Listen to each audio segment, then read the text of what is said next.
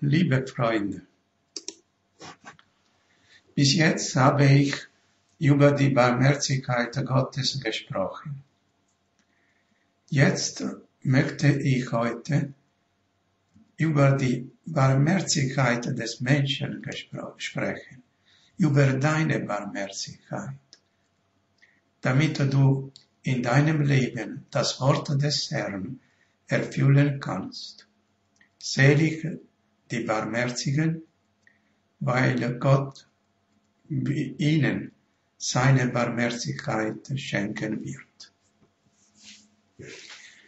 Wichtig ist deine Bekehrung zu Gott. Die Bekehrung ist das Wesen der Beziehung mit Gott. Die Bekehrung ist die Zeit, in der du entschieden hast, das Böse, die Sünde nicht mehr zu tun und gemäß dem Wort des Herrn zu leben.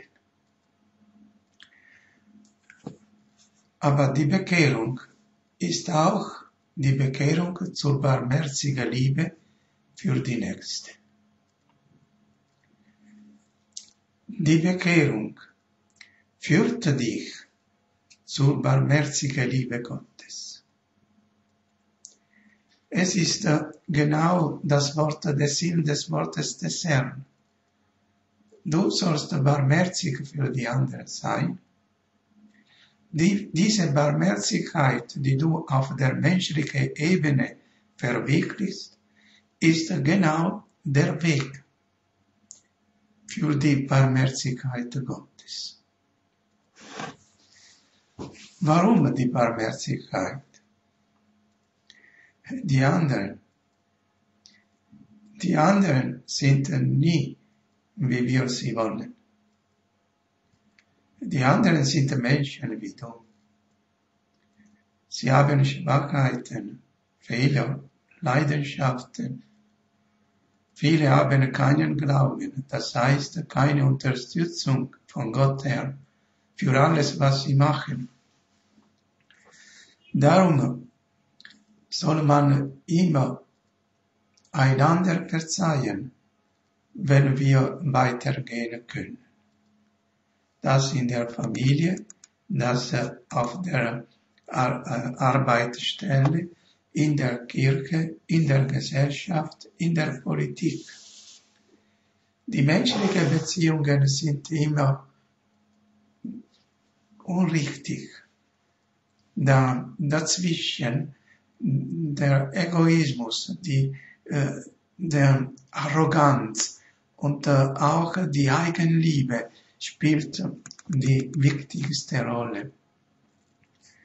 Darum, Gott will, dass deine Barmherzigkeit für die anderen Menschen der Lebensstil deines Lebens werden soll. Der Lebensstil, das bedeutet, dass du sollst jeden Tag immer 1000-mal verzeihen.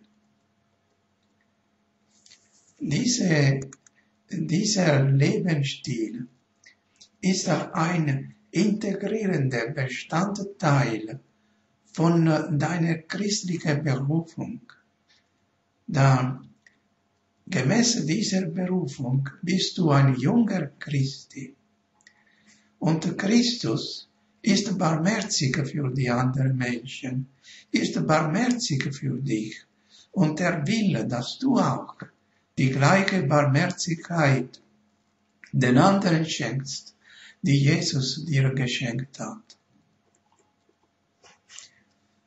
Durch die barmherzige Liebe für die Nächste verwirklichst du die Liebe Gottes in der Kirche. Das ist das Mysterium der Barmherzigkeit.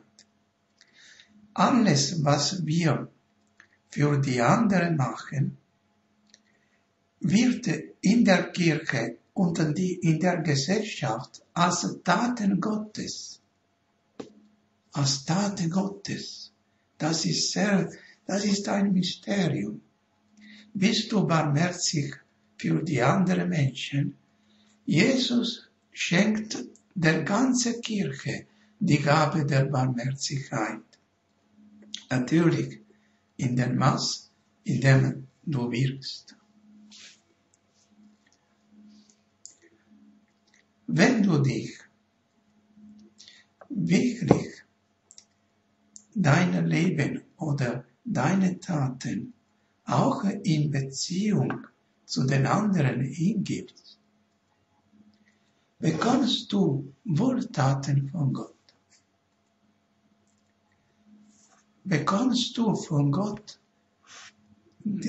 das Güte, das du gegeben hast, 100-fach mehr und vielleicht auch manchmal 1000-fach. Das gehört auch zum Mysterium der Barmherzigkeit. Du bekommst von Gott viel, viel mehr, als du den anderen schenkst. Da alles, was du für die Nächste machst, wird in der Welt, in der Kirche, in der Gesellschaft, wo du lebst, die väterliche Liebe Gottes. Wenn du den anderen deine Barmherzigkeit schenkst, nimmt Jesus diese Taten, die du gemacht hast, als eine Barmherzigkeit zu sich selbst. Am Schluss wird er so richten. Genau so richten. Ich war krank, du bist zu mir gekommen. Ich war hungrig, du hast mir zu essen gegeben. Natürlich, krank, hungrig und so weiter sind nur symbolische Worte. Ich hatte dich nötig und du hast mir von dir gegeben. Aber wir werden fragen, aber wann haben wir dich getroffen? Jedes Mal. Wenn du zu den anderen das gemacht hast, hast du mir gemacht. Es ist schön. Jesus identifizierte sich mit allen Menschen, die um eine Hilfe bitten. Deine Taten, deine Meinungen, deine Absichten werden von Jesus geläutert, wenn deine Barmherzigkeit als Wohltaten für die anderen gemeint wird. Die Taten der barmherzigen Liebe machen deine Liebe zu Gott und zu den anderen wirklich eine christliche Liebe. Die Bekehrung. Du bist vollkommen bekehrt, wenn du die Barmherzigkeit für die anderen immer tätig in deinem Leben hast, immer lebendig mit deinen Worten, mit das Beispiel deines christlichen Lebens und auch mit den Taten, ganz besonders mit den Taten.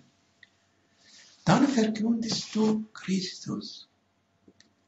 Ihr sollt gute Taten machen, sagt er, damit die Leute deine guten Taten schauen und euren Vater im Himmel loben und danken. Das ist auch eine andere Teil von dem Mysterium der Barmherzigkeit. Die Menschen durch deine Taten der Barmherzigkeit, die du in Verbindung mit Christus machst, bekommen auch eine Verkündigung. Die Barmherzigkeit ist menschliche Solidarität. So ist es sie gemeint.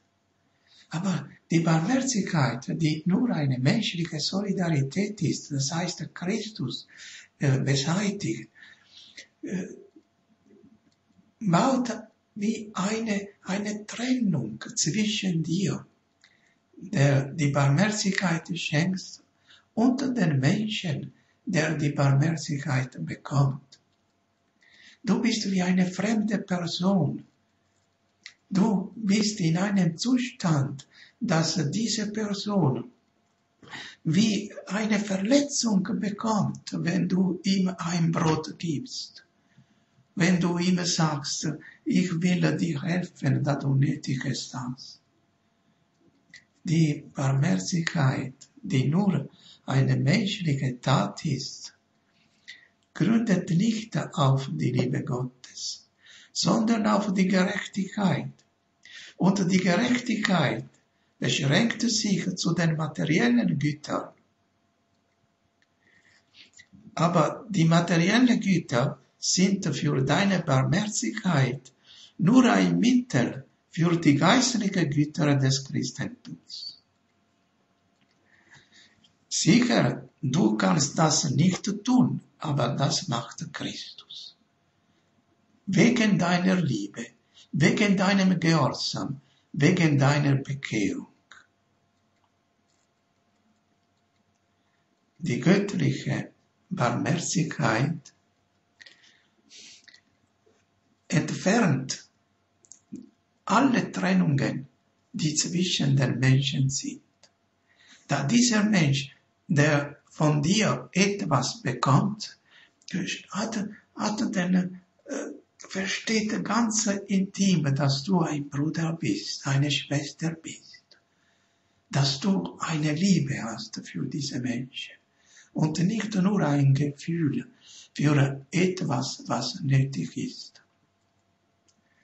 Also, wenn du barmherzig bist, dann hilfst du die Menschheit, die Würde der Menschen neu zu errichten. Dann wirkst du konkret, damit die Menschen sich mit Gott verbinden. Dann verbindest du dich mit diesen und öffnet das Herz von diesen anderen Menschen auch mit anderen Menschen zu verbinden. Die Beziehung der brüderlichen Liebe zwischen uns ist nur dann möglich, wenn wir einander die Barmherzigkeit Jesus schenken. Amen.